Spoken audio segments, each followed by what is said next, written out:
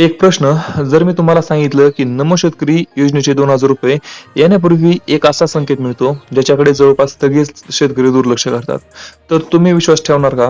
हा संकेत काय आहे आणि पैसे नेमके कधी येऊ शकतात हे शेवटी सांगणार आहे. त्यामुळे व्हिडिओ शेवटपर्यंत नक्की पहा.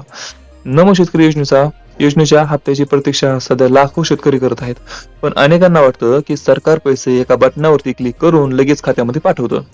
पण प्रत्यक्षामध्ये तसं नसतं. हप्ता जमा होण्यापूर्वी संबंधित विभागाकडून निधीची प्रक्रिया, लाभार्थी पडताळणी आणि बँकिंग यंत्रणेशी समन्वय केला जातो. ही प्रक्रिया पूर्ण झाल्यानंतरच रक्कम लाभार्थ्यांच्या खात्यामध्ये जमा होण्याची सुरुवात होते. म्हणूनच सोशल मीडियावर दिसणारी आज पैसे येणार उद्या किंवा उद्या सकाळी खात्यामध्ये पैसे जमा होणार अशी प्रत्येक पोस्ट खरी असेल असं नाही. आता तो महत्वाचा प्रश्न, जेव्हा सरकारकडून अधिकृत घोषणा किंवा आदेश प्रसिद्ध होतो तेव्हाच हप्ता जमा होण्याची प्रक्रिया प्रत्यक्षामध्ये सुरू होते.